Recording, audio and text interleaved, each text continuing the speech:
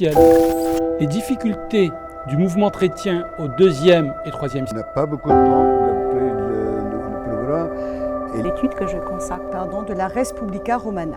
Exploiter au première vue, rien à voir avec ce.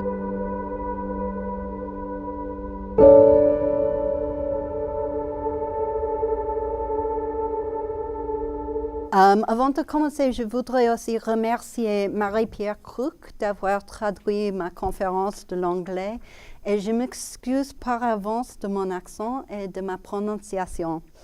J'espère que vous pourrez me suivre assez facilement et que ma présentation vaudra la peine de le faire. D'accord. À quoi ressemble la justice? Quelle est son esthétique? Cela peut paraître une singulière question, mais je crois que la tragédie, avec sa dramatisation spectaculaire de la souffrance, nous invite à nous la poser. Les coupes d'Euripide offrent deux conceptions rivales de la justice. La justice comme équité ou rétribution et la justice comme spectacle, propre à susciter la pitié. La tension entre ces deux conceptions, que je nommerai justice légale et justice tragique, sera au cœur de ma conférence aujourd'hui, qui suggère que la beauté de la tragédie et la réponse émotionnelle qu'elle suscite relèvent autant de l'éthique que de la poétique, et que le problème de la justice est intimement lié à l'esthétique de la pièce. En termes d'esthétique, L'Écube est une pièce affreuse, parsemée de quelques beaux moments. Sa laideur est à la fois structurelle et éthique, une intrigue maladroite, voire inepte, et un monde corrompu et violent où presque tous les personnages sont moralement répugnants. La pièce se déroule dans la période trouble qui suit la guerre de Troie. Les Grecs, en compagnie de leurs captifs troyens, font halte en Thrace, prisonniers de vent adverse. C'est là qu'Écube apprend d'abord que sa fille Polyxène sera sacrifiée sur la tombe d'Achille, ensuite que Polydore, le seul de ses 50 fils à avoir survécu à la guerre, du moins le croyait-elle, a été assassiné par le roi de Thrace, Polymestor. Il lui avait été confié, de même qu'une somme en or, pour qu'il soit préservé devant la guerre. Après la chute de Troie, ce loyal Xénos avait volé l'or, tué l'enfant et jeté sa dépouille à la mer. La pièce se divise en deux parties distinctes. Le sacrifice de Polyxène et la lamentation d'Écube pour sa fille, et la découverte du corps de Polydore et la vengeance brutale d'Écube. Cette intrigue double a fait l'objet de nombreuses critiques et la pièce a souvent été considérée comme un échec au plan esthétique. Si on ajoute à cela la corruption des Grecs et de leurs chefs, la barbarie de Polymestor et la violence vengeresse d'Écube, on pourrait être tenté d'accorder à Anne Michelini que, je cite, « la laideur, to aiskron, est la devise d'Écube ». La beauté de la pièce, dans la mesure où les critiques sont prêts à lui en reconnaître une, réside dans ses lamentations. Celle du cœur des captifs troyens sur leur triste sort, celle d'Écube sur le noble sacrifice de soi consenti par sa fille. La relation entre la laideur de la pièce et sa beauté n'est cependant pas simplement esthétique. En fait, elle est indissociable d'un imaginaire de l'éthique et de la justice. Au milieu de la pièce, Écube découvre le corps mutilé de son fils Polydore, tué brutalement par Polymestor. Écube supplie Agamemnon de l'aider à venger ce meurtre. Regardez exemplaire numéro 1. « Moi, je suis serve et sans force, sans doute. Mais la force, elle est chez les dieux et dans la loi qui les domine.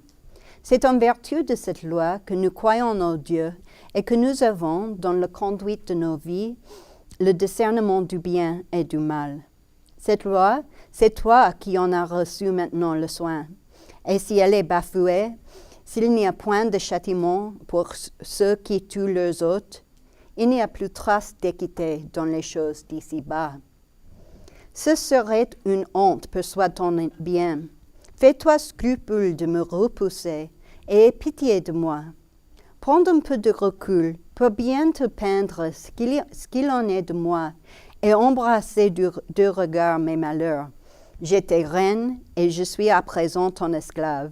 J'étais bénie en mes enfants et à l'heure où je suis une vieille femme, je n'ai plus d'enfants, plus de patrie et suis vouée par cette solitude à la pire détresse qui puisse être ici-bas.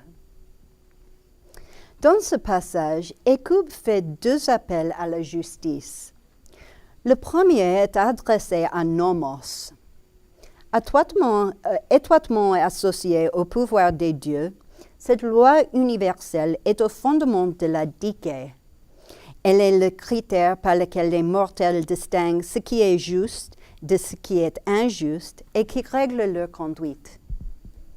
Ce nomos comprend à la fois les préceptes abstraits et universels de la xénia et la pratique juridique concrète, la punition de ceux qui assassinent leurs hôtes. Finalement, elle est associée à to ison, uk estin uden tonen anthropois ison.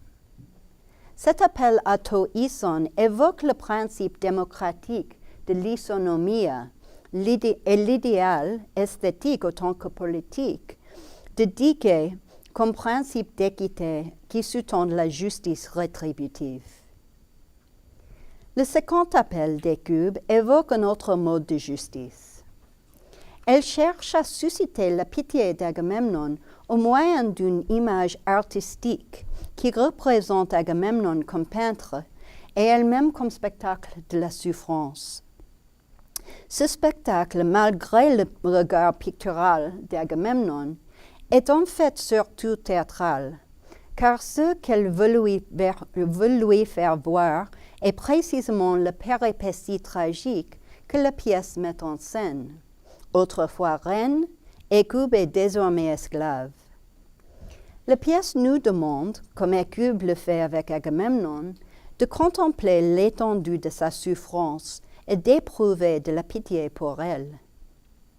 Cet appel exige donc une réaction qui est à la fois esthétique et émotionnelle, mais aussi éthique, car, ainsi que David Constant et d'autres l'ont montré, la pitié était pour les Grecs une émotion discriminante, réservée à une souffrance imméritée.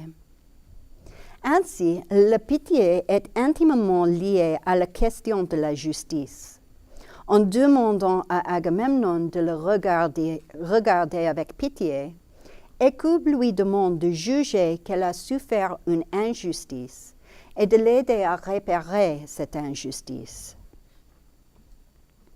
Le double appel d'Écoube reprend à son compte la structure notoirement double de la pièce.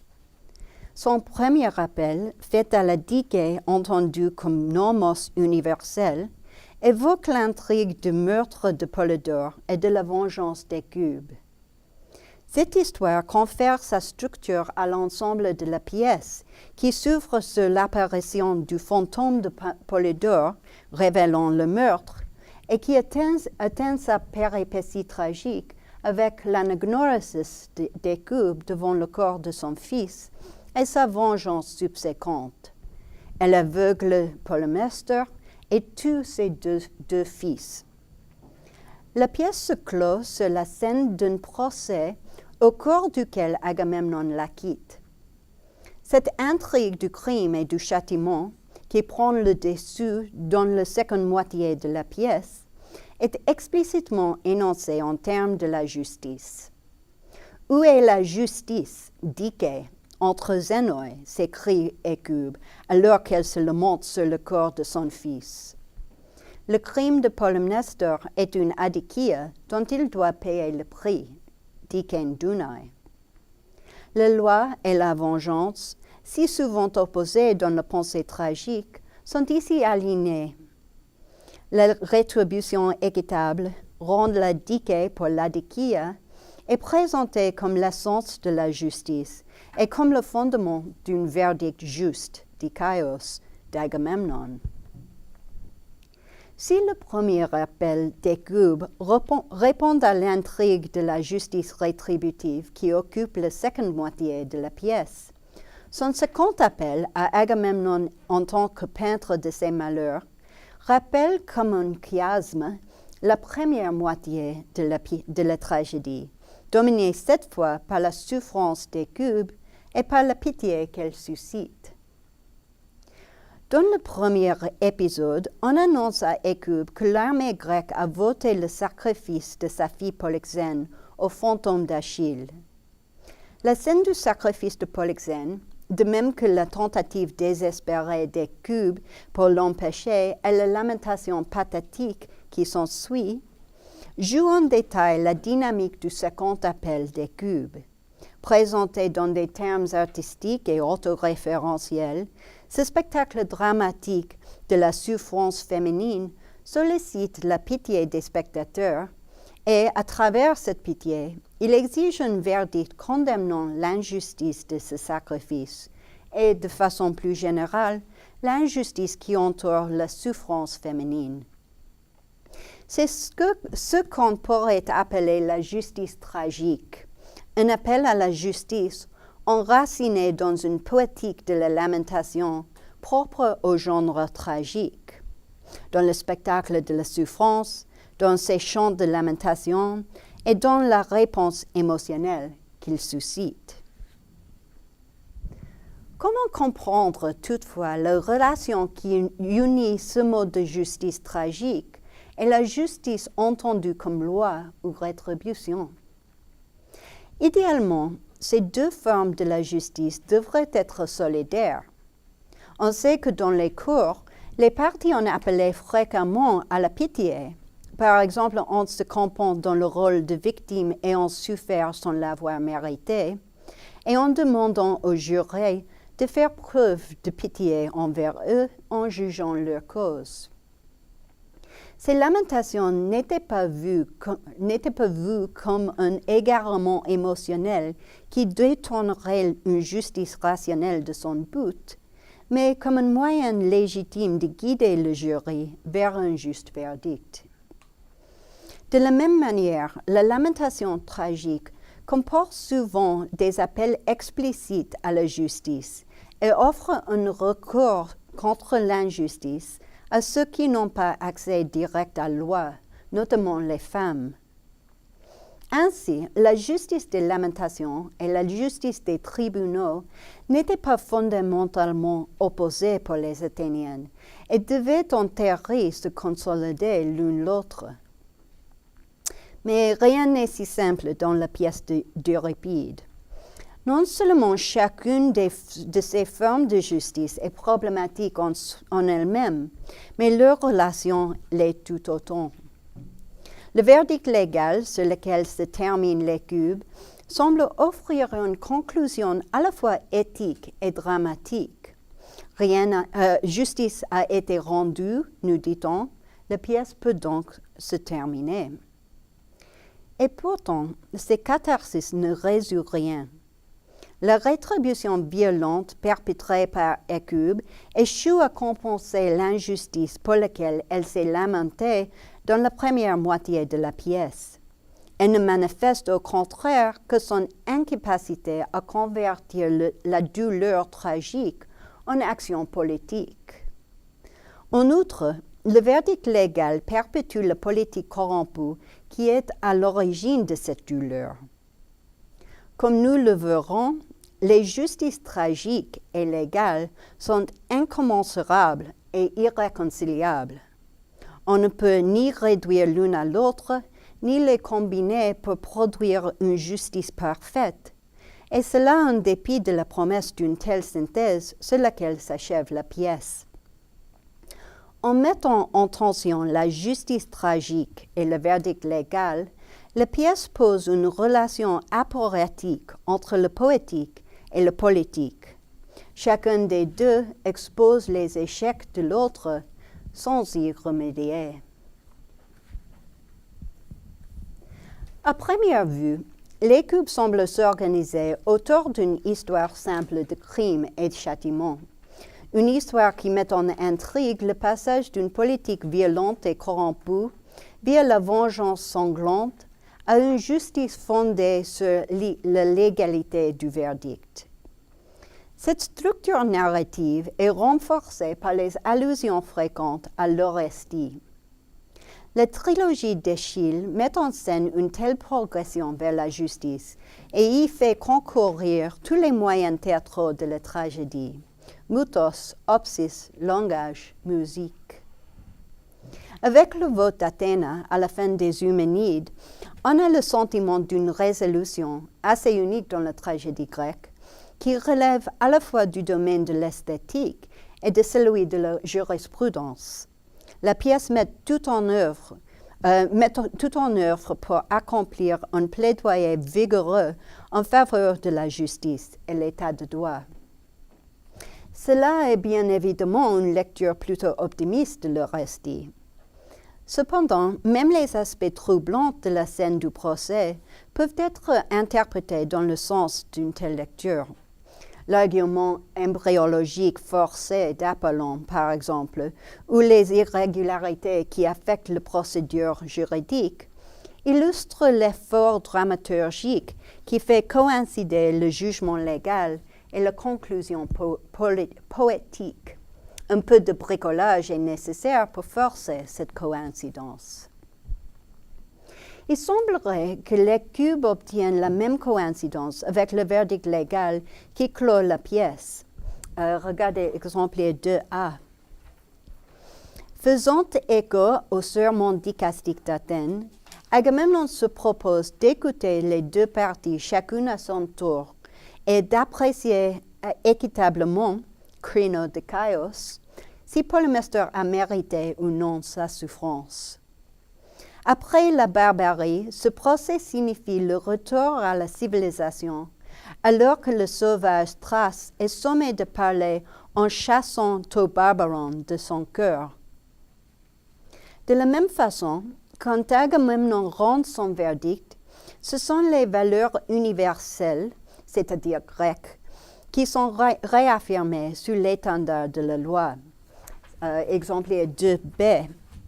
Peut-être entre les Thraces se livre-t-on facilement au meurtre de Zénoï, mais pour nous les Grecs, c'est une ignominie. En te déclarant non coupable, comment échapperais-je à la réprobation? Ce serait impossible. Va, tu as pris sur toi une action hideuse, prends sur toi d'en porter les suites odieuses.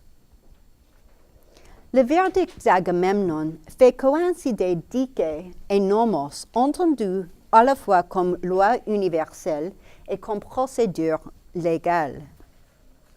En ce sens, ce verdict répond à l'appel des cubes au Nomos que nous avons vu dans le premier passage. Il semblerait aussi qu'il réponde à sa crainte que, si les meurtriers de Zénoï restent dans l'impunité, il n'y aurait uden ison dans les affaires humaines. Cette hypothèse est le principe esthétique et jurisprudentiel qui l'intrigue de la vengeance, un principe commun, comme le dit Agamemnon, qu'on subisse le mal quand on a fait le mal et que l'homme de bien réussisse à son gré. Dans ce modèle de justice rétributive, la punition répond au crime pour atteindre un parfait équilibre. La beauté de cette justice de l'œil pour œil est esthétique autant que morale. Cette belle symétrie est illustrée sur scène par le dévoilement de l'écuclema portant Polymestor aveugle et les corps de ses deux enfants assassinés. « J'ai tiré de lui justice, dit Hécube. Ces enfants morts compensent pour la perte des siens et leurs douleurs sont égales. » L'esthétique de la vengeance d'Hécube est légalement mise en œuvre par le verdict d'Agamemnon, équilibré et isométrique. Regardez exemplaire 2b. L'audace criminelle de Polymestor et Tolmas trouve sa réponse dans l'intensité de sa punition, Lethi. Tamekala sont contrebalancés par Tamefila. Dike est obtenu dans une symétrie à la fois équitable et belle. Ainsi, la pièce semble s'achever par une catharsis esthétique et éthique. On a l'impression que l'équilibre est atteint, qu'il y a eu résolution et que justice est faite. Avec le verdict d'Agamemnon, les vents qui avaient gardé les Grecs prisonniers en Thrace se remettent à souffler. Une lucis littérale à la décis dramatique de la pièce. Les nœuds intrigués de l'action tragique sont finalement déliés et la pièce peut s'achever. Avec l'exode d'Écube, le jugement légal coïncide avec la conclusion dramatique d'une façon qui semble, au moins en apparence, imiter dans sa gloire le finale juridico-théâtral de l'Orestie. Mais les échos de l'Orestie eux-mêmes, dans la scène conclusive, nous rappellent que nous sommes ici dans un monde très différent. Le recours à la Kyklema rappelle la révélation des corps de Clytemnestre et d'Égiste dans les Coëphores, victimes d'une juste vengeance sanctionnée par Athéna. Mais il rappelle aussi la révélation des corps de Cassandre et d'Agamemnon dans l'Agamemnon, dont les meurtres sont présentés comme des injustices patentes. Cette dernière référence est soulignée par les échos de la mort d'Agamemnon, audibles dans les cris de Polymestor, alors qu'il est mutilé hors scène. La vengeance d'Écube est-elle une juste rétribution ou une nouvelle injustice? Les parallèles avec l'Orestie culminent dans la prédiction de Polymestor, selon laquelle Agamemnon et Cassandre sont voués à mourir de la main de Clytemnestre. Il l'a su, dit-il, d'un divin Thrace nommé Dionysos. Cette prophétie explicitement tragique perturbe la conclusion qui constitue la vote d'Agamemnon, réouvre la question de la justice et la renvoie précisément à l'Orestie. Si vous voulez une résolution bien nette, le divin Dionysos vous recommande d'assister à l'Orestie. Ce retour à la justice tragique signale le caractère inadéquat de la justice légale et des structures politiques qui la sous-tendent. La politique dans cette pièce est étrangère aux considérations entourant la Dike. Dans cette terre sans polis, l'armée achéenne forme une entité politique décrite dans des termes qui évoquent la démocratie athénienne contemporaine. Mais alimentée par la rhétorique corrompue et démagogique de l'opportunisme, cette structure politique ne veut pas ou ne peut pas débattre de justice. On pourrait s'attendre à ce que le procès à la fin de la pièce soit le lieu d'un changement positif, d'une logique dégradée fondée sur le to symphoron, au principe juridique fondé du to dikaion. Agamemnon exploite certainement une rhétorique de la justice, comme on le voit dans les passages de A et de B, et cette rhétorique de Dike et d'une punition symétrique contribue à l'impression qu'une résolution cathartique est produite. Mais la satisfaction dramatique de cette décision judiciaire dissimule également une injustice, à savoir la complicité d'Agamemnon dans le crime même qu'il est en train de juger. Quand elle a découvert le cadavre de son fils, Écube a supplié Agamemnon de l'aider à punir son perfide Zénos. Agamemnon a refusé de l'aider à venger la mort de Polydore, mais il a accepté de ne pas l'empêcher de se venger elle-même. Il refuse, d'une part, de prendre position contre ce qu'il identifie lui-même comme une injustice, parce que, dit-il, il craint la désapprobation de l'armée. To symphoron l'emporte sur Todikaon, et Hécube appelle cette lâcheté servile par son nom. D'autre part, en fermant les yeux sur l'assassinat d'une alliée des Grecs et en présentant cette connivence comme une faveur, une caresse faite à Hécube, Agamemnon perpétue, sous la bannière de la justice, les calculs politiques corrompus qui ont abouti aussi bien à la mort de Polydore, Polymestor affirmant l'avoir tué comme une calice à ses alliés grecs, qu'à celle de Polyxène, dont le sacrifice était une calice des Grecs au fantôme d'Achille. Ce lâche compromis rend suspectes les expressions d'étonnement d'Agamemnon face à l'aveuglement de Polymestor, et sa promesse de juger impartialement de crimes sonne plutôt faux. Qui plus est, Agamemnon n'avait accordé à Hécube la faveur de son non-intervention que parce que les vents s'étaient calmés et qu'ils étaient coincés là de toute façon. Au moment du procès, les vents se sont élevés de nouveau et les Grecs sont impatients de reprendre la route. Ainsi, nous restons sur l'impression que le verdict est moins un jugement soigneusement pondéré qu'un coup de balai de dernière minute. Et même pris sous cet angle, comme un aboutissement précipité, le procès est un échec. Aux yeux de Polymestor, le verdict est une injustice de plus, et il prédit des représailles avec la métamorphose d'Hécube et l'assassinat de Agamemnon. La prédiction orestéenne du prophète Dionysos qui conclut la pièce marque le décalage entre la conclusion juridique et la conclusion dramatique. L'affaire est close, mais la pièce se poursuit, ou vice-versa. Cette annonce d'une justice tragique à venir met en évidence l'échec de la justice légale sans la corriger. Le même clivage structure toute la pièce, puisqu'Hécube pleure l'un de ses enfants et venge l'autre. Les mauvais calculs entourant la vengeance d'Hécube marquent l'écart entre les deux. L'aveuglement et l'enfanticide ne vengent-ils que l'assassinat de Polydore ou celui de Polyxène également? Hécube parle de vengeance pour ses enfants, teknoisi toisa moisi, mais cela peut être un pluriel poétique et Polyxène n'est pas explicitement nommé.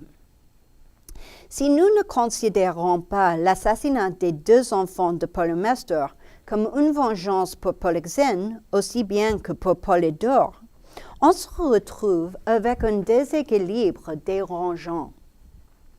D'une part, la vengeance d'Hécube excède le préjudice qu'elle a subi.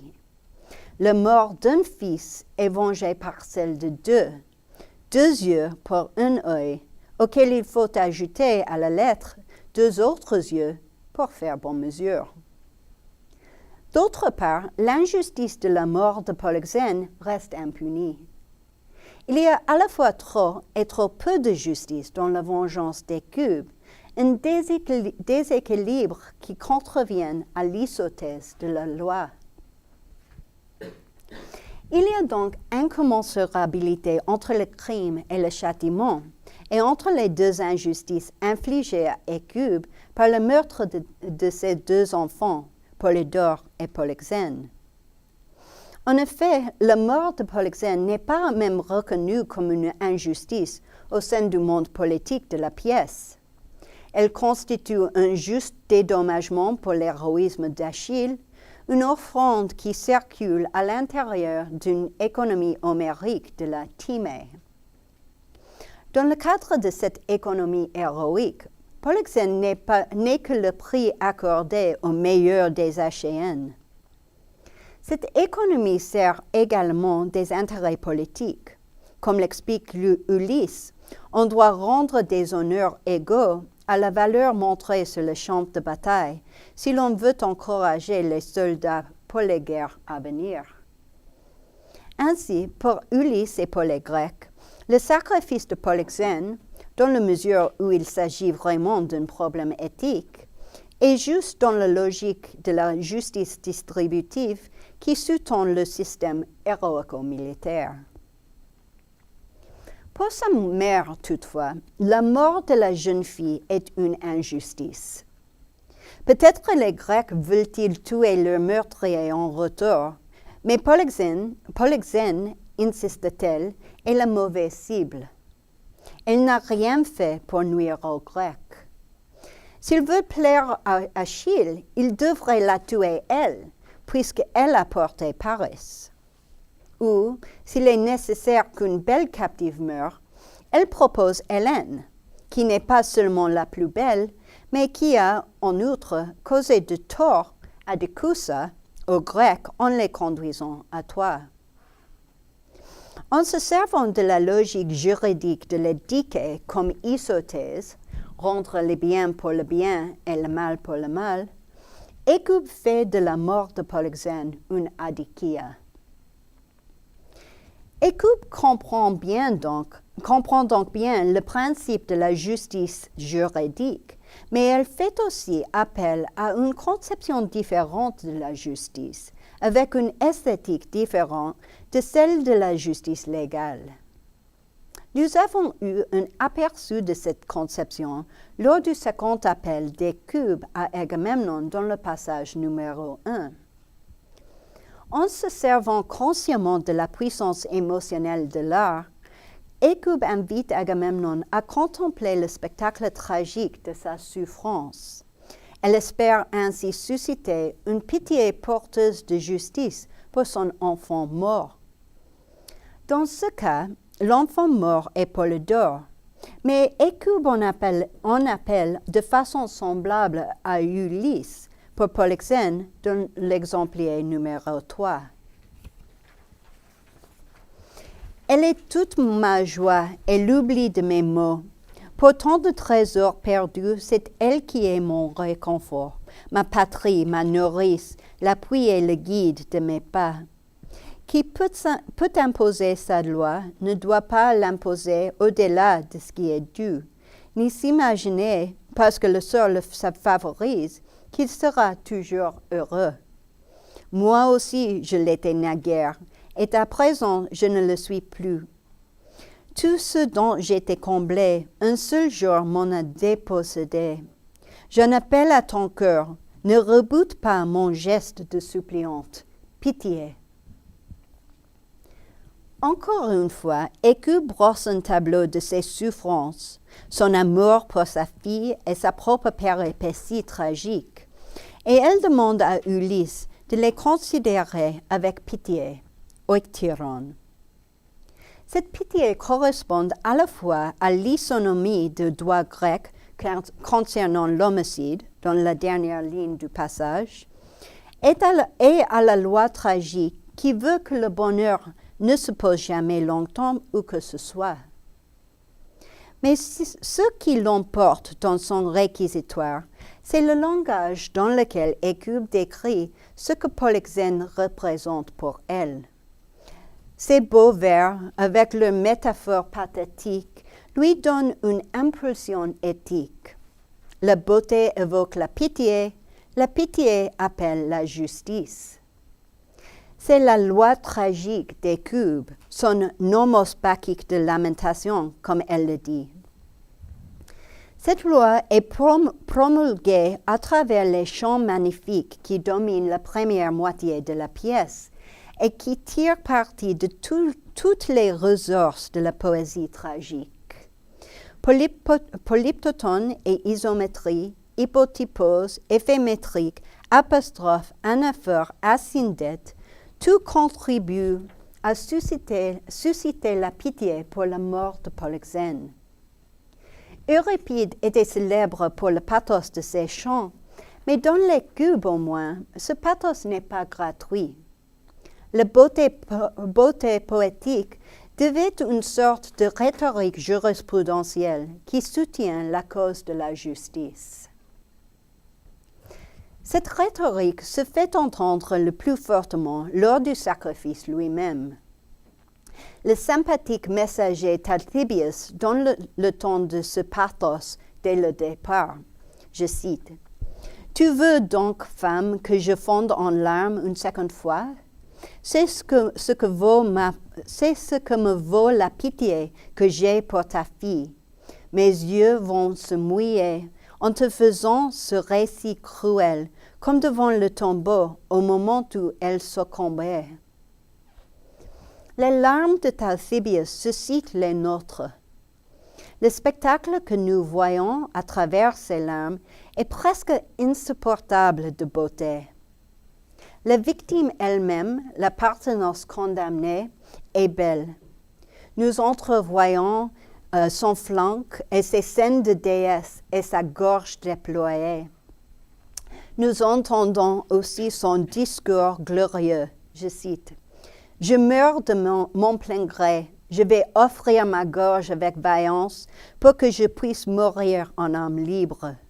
Chez les morts, faire dire que j'étais une esclave, moi qui suis une reine, quelle honte pour moi. » Polyxène embrasse volontairement la mort, et cette volonté est soulignée tout au long de la scène précédant le sacrifice.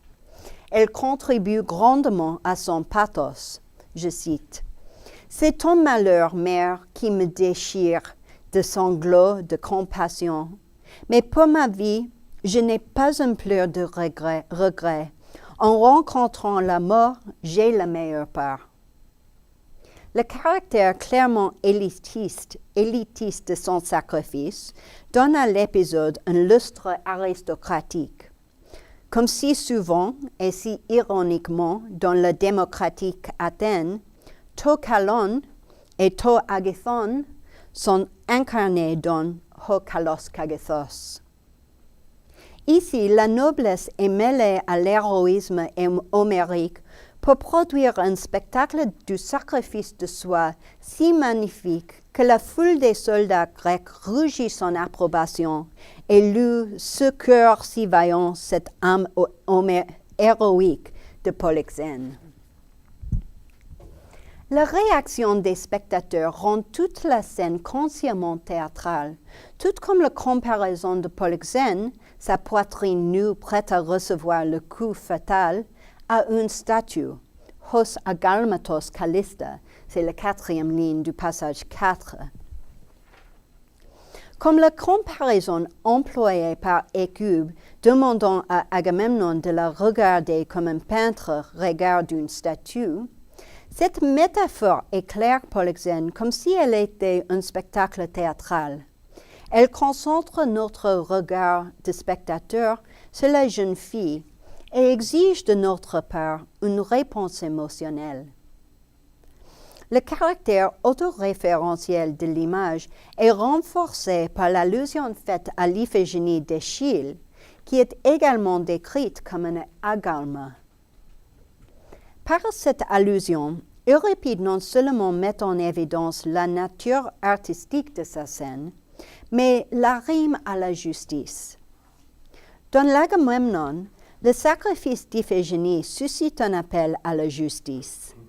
La dike générée par ce sacrifice va se déployer au cours de la tragédie, alors que Clytemnestre obtiendra brutalement justice pour la mort de sa fille.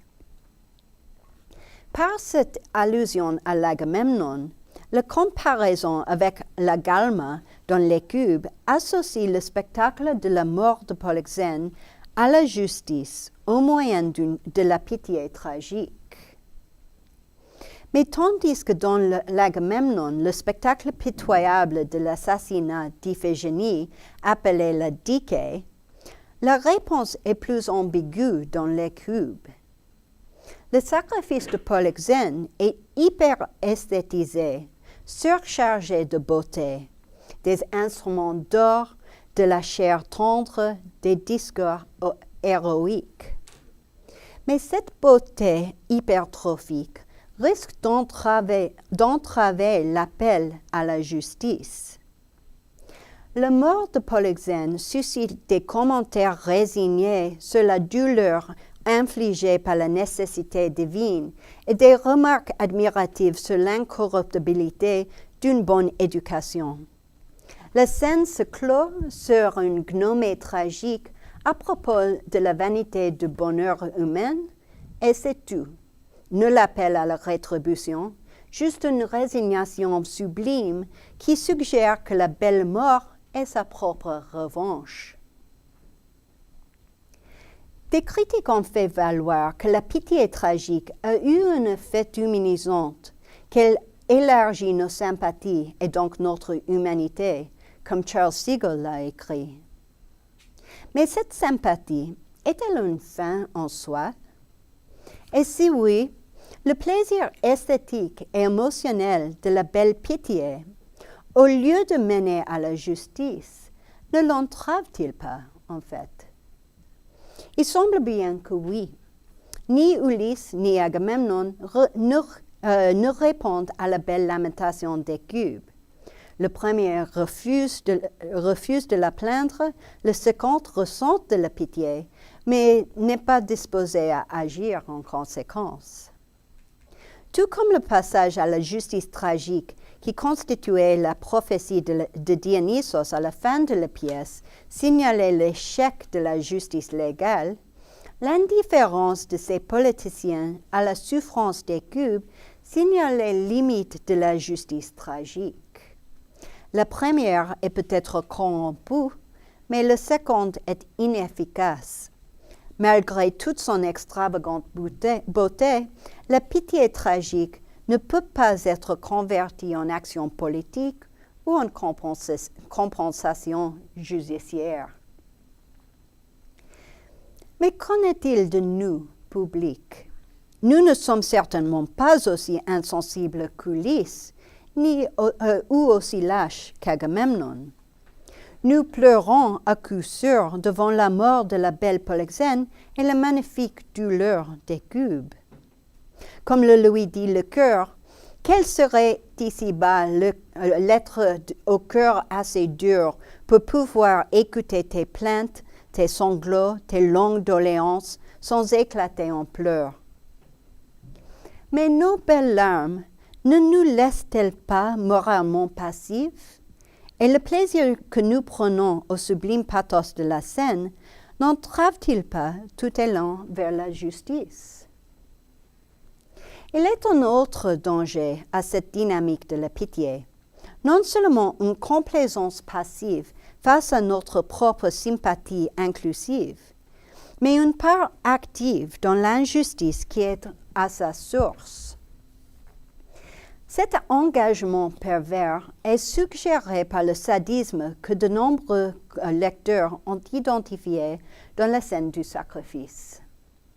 Les passages les plus croustillants se trouvent dans l'exemplaire au numéro 4. Alors, la jeune fille, dès qu'elle eut entendu ce mot du chef suprême, saisissant sa tunique, la déchira depuis la hauteur de l'épaule jusqu'à la taille, au creux de nombril, dénudant sa poitrine de marbre et ses seins de déesse si beaux. Et fléchissant le genou sur le sol, elle eut ces mots sublimes de fermeté sereine. « Regarde, jeune prince, si c'est à la poitrine que tu tiens à frapper, frappe donc, la voici. Si c'est sous le menton, fais selon ton désir. Vois mon coup, il est prêt. » Lui, saisi de pitié pour cet enfant, hésite entre ce qu'il voudrait et ce qu'il veut. Enfin, il tranche de sa lame la gorge allaitante. Un flot de sang jaillit. Mais, jusque dans la mort, elle eut un grand souci d'observer la décence en sa chute, cachant ce qu'il fallait cacher au regard masculin. L'exposition indécente du corps de Polyxène, les offres que fait la jeune fille de sa poitrine ou de sa gorge à l'épée de Néoptolème, le jeu séduisant de révélation et de simulation alors qu'elles se fondent, la scène offre un corps de femme érotisée à notre plaisir esthétique. Cela participe à sa beauté hyperbolique et donc à sa prétention à la justice. Mais ce plaisir repose sur la souffrance de la jeune fille et culmine dans un jet de sang. Cette esthétique sadique s'accorde mal avec la pitié qui imprègne la scène. Elle provoque l'inconfort de Néoptolème qui, saisi de pitié pour cet enfant, hésite entre ce qu'il voudrait et ce qu'il veut, mais aussi du public qui voit ce spectacle à travers le regard avide de l'armée grecque, les regards masculins. Le désir conflictuel de Néoptolème résume la dynamique perverse de cet épisode spectaculaire qui exige du public qu'il s'investisse simultanément dans la pitié suscitée par la magnifique souffrance et dans la souffrance qui déclenche cette pitié. La pitié, comme je l'ai suggéré, peut alimenter l'appétit de justice en sollicitant un désir de vengeance pour la mort imméritée et déplorable de cette jeune femme. Mais si nous sommes émoustillés par la scène du sacrifice de Polyxène, et il semble clair que nous sommes censés l'être, nous nous faisons alors complices de l'injustice. Comme l'armée grecque, nous tirons du plaisir de meurtre de la jeune fille, et ce plaisir est simplement amplifié par la magnifique pitié qu'appelle l'événement.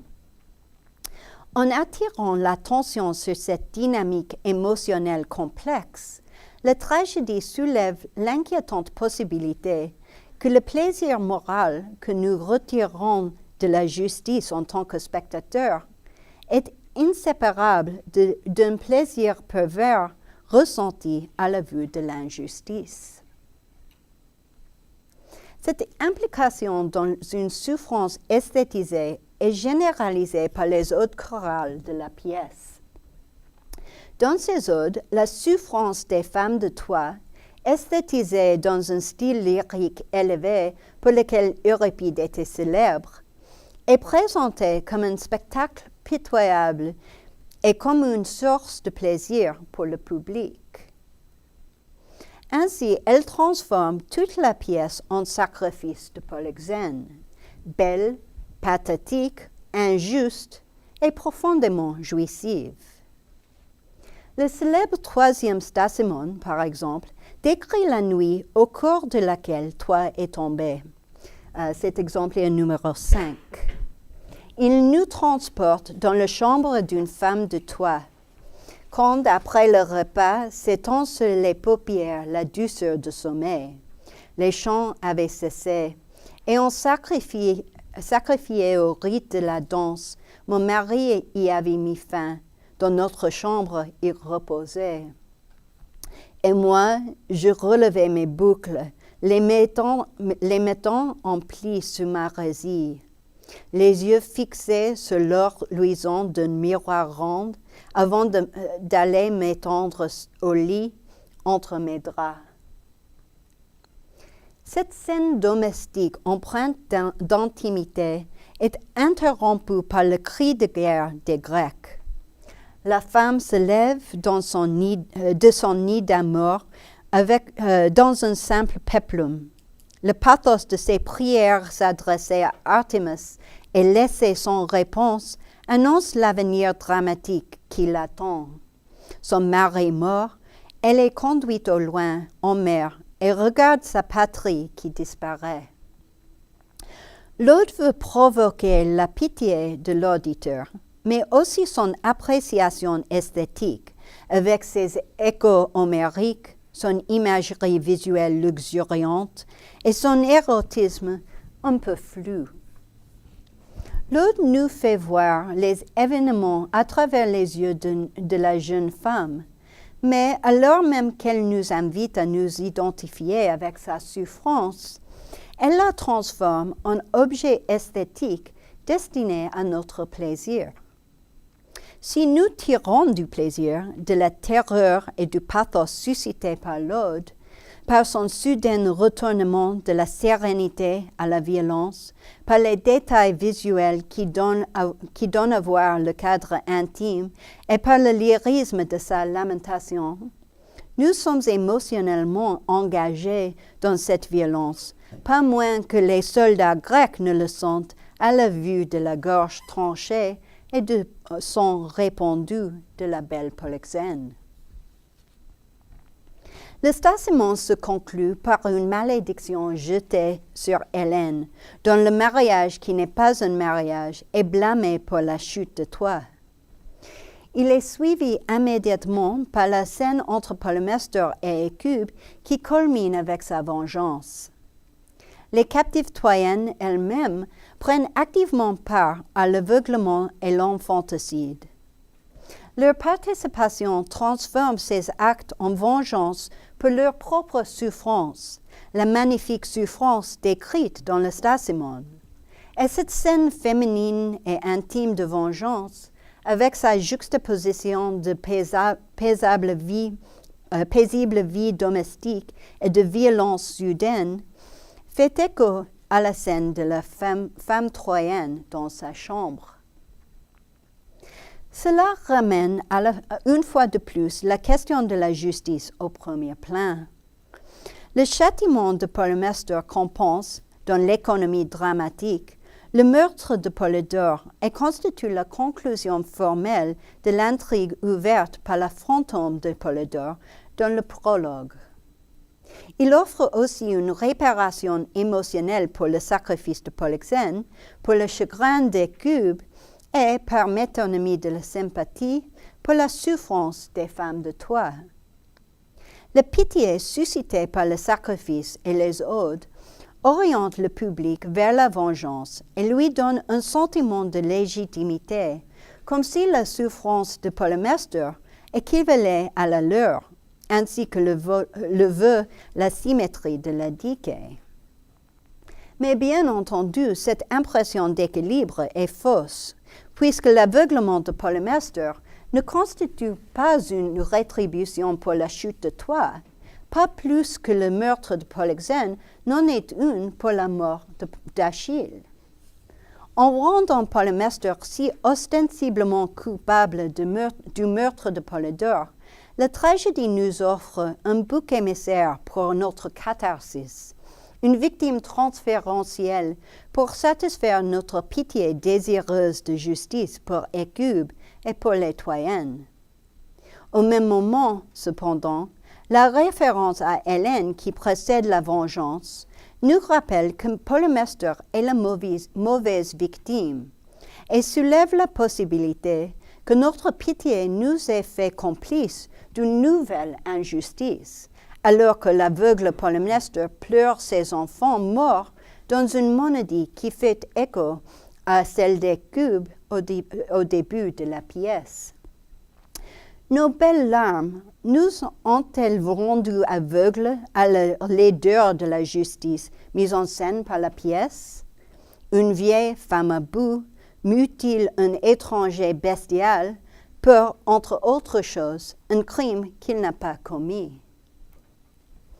Cette laideur morale prend le devant de la scène au moment où la justice tragique et la justice légale sont réunies dans la dernière scène de la pièce. C'est exemplaire numéro 6. Alors qu'Hécube se réjouit du verdict d'Agamemnon, le verdict qui permet d'obtenir un équilibre entre l'algos de Polymestor et le sien, Polymestor lui reproche « Tu prends plaisir à me bafouer ». Elle lui répond « Plaisir, Chairène, de me venger de toi. Il m'est bien dû, non ?» Quand Hécube exprime la joie qu'elle tire de sa vengeance meurtrière et mutilatoire, le sadisme de la justice tragique est mis au jour et trouve une satisfaction légitime précisément dans le verdict légal. Cette caresse sadique implique non seulement Hécube, qui est déjà devenu aussi bestial que Polymestor et qui sera bientôt transformé en chienne au regard de feu, elle implique également le public, Dans la mesure où nous aussi, nous prenons plaisir à l'équilibrage des souffrances de la pièce et au spectacle d'un châtiment que Polymnestor qualifie d'hubris. Loi et tragédie convergent dans une catharsis qui relève non d'une juste pitié qui étendrait nos sympathies et amplifierait notre humanité, mais d'une jouissance sauvage de la violence, approuvée par la loi et se travestissant en justice. Avec cette conclusion troublante, la pièce tourne en dérision notre désir pour la belle symétrie et pour la satisfaction émotionnelle procurée par la justice, même si elle comble ostensiblement ce désir. Le verdict légal semble satisfaire aux exigences et de la pitié tragique et de l'équilibre juridique, et ainsi offrir une conclusion satisfaisante à la fois du point de vue esthétique et du point de vue émotionnel. Mais du début à la fin, la pièce a été extraordinairement explicite quant à son propre rôle dans la production des émotions qui précipitent et empêchent la progression vers la justice. À la fin de son discours à Agamemnon, dans un passage reconnu pour son étrangeté, Écupe dit qu'elle aurait voulu avoir une voix dont les bras, les mains, les cheveux et les pieds, grâce aux ressources de Dédale ou de quelque divinité, de sorte qu'elle pourrait supplier Agamemnon avec son corps tout entier. En un sens, la pièce comble son désir. Elle mime l'art de Dédale, faisant de son corps tout entier, ses mains suppliantes, ses cheveux arrachés, ses bras faibles, ses pieds instables, une voix qui demande justice. Mais dans la mesure où nous prenons plaisir au spectacle de son corps souffrant, ce qui est, après tout, l'essence même de la tragédie qui porte son nom, nous, comme public, désirons aussi l'injustice qui transforme son corps en réquisitoire. Cette métaphore artistique nous rappelle, alors même que nous éprouvons du plaisir dans le catharsis d'une vengeance belle et satisfaisante, que l'esthétique a son éthique propre et que le plaisir tragique peut travailler contre ou de concert avec la justice. Peut-être alors n'est-il pas surprenant que la pièce se termine sur un report de la justice. Dans son allusion finale à l'Orestie, le prophète Dionysos défait la conclusion morale et formelle que la pièce a éteinte, contrecarre notre désir de justice et nous enjoint de chercher notre satisfaction théâtrale et éthique dans une autre tragédie. Merci.